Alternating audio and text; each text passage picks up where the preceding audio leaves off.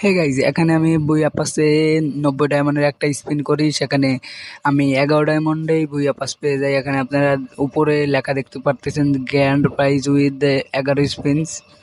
তো গাইজ এখন আমরা দেখে নেব যে কি কি আমাদের বুইয়া পাসে আসছে। গাইজ এটাও আমি দেখি নাই যে বুইয়া পাসে কি কি আসছে, আমি শুধু ইয়া করছি, বুইয়া পাসে 90 ডায়মন্ডে স্পিন করছে, আমি ভাবতেও পারি নাই বেঁচে যাবে। তো আমার জীবনের বেশিরভাগ বইয়া পাসটাই এইরকম করেই বাঁচছে যে আমি হঠাৎ স্পিন করছি, আমার বেজে গেছে, আমি নিজেও ভাবতে পারি নাই যে বেজে গেছে। তো আমরা এখন ক্লেম করে নেব বুইয়া পাস প্রিমিয়াম প্লাস। তো এখানে আমাদেরকে ইমোট স্লট এবং ডিসকাউন্ট এইসব দিচ্ছে। আর এখানে একটা ফিমেল বান্ডিলের পিছনে ভাই ওইটা কি চাকুর মতো এইরকম একটা, তো ভাই এইটা ফালতু চুল একটা।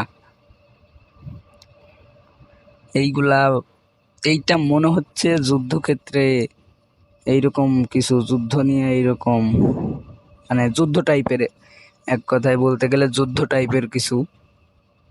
তো সব কিছুই দেখতেছি আমাদের এখানে, মনে করেন যে এই হাতিয়ার বা মনে করেন পুরনো যুগের অস্ত্র এই সব কিছু নিয়ে। তো আমরা এখন 50 লেভেল পর্যন্ত পেয়ে গেছি, যেহেতু আমরা বইয়া পাস প্রিমিয়াম প্লাসটা পাইছি।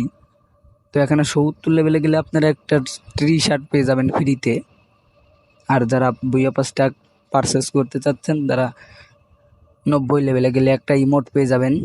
তো গাইজ এইটা আমি এখন শিওর হলাম যে এইটা যুদ্ধক্ষেত্রে বইয়া পাসটা যুদ্ধর, এই ফিমেল বান্ডেলটাও যুদ্ধের, মানে ড্রেসআপটা যুদ্ধ এইরকম একটা পরিবেশের। আর ইমোটটাও কিন্তু যুদ্ধ করার ইমোট। তো গাইজ আর কিছু বলার নাই গাইজ, 90 ডায়মন্ডে বইয়া পাসটা পেয়ে গেলাম।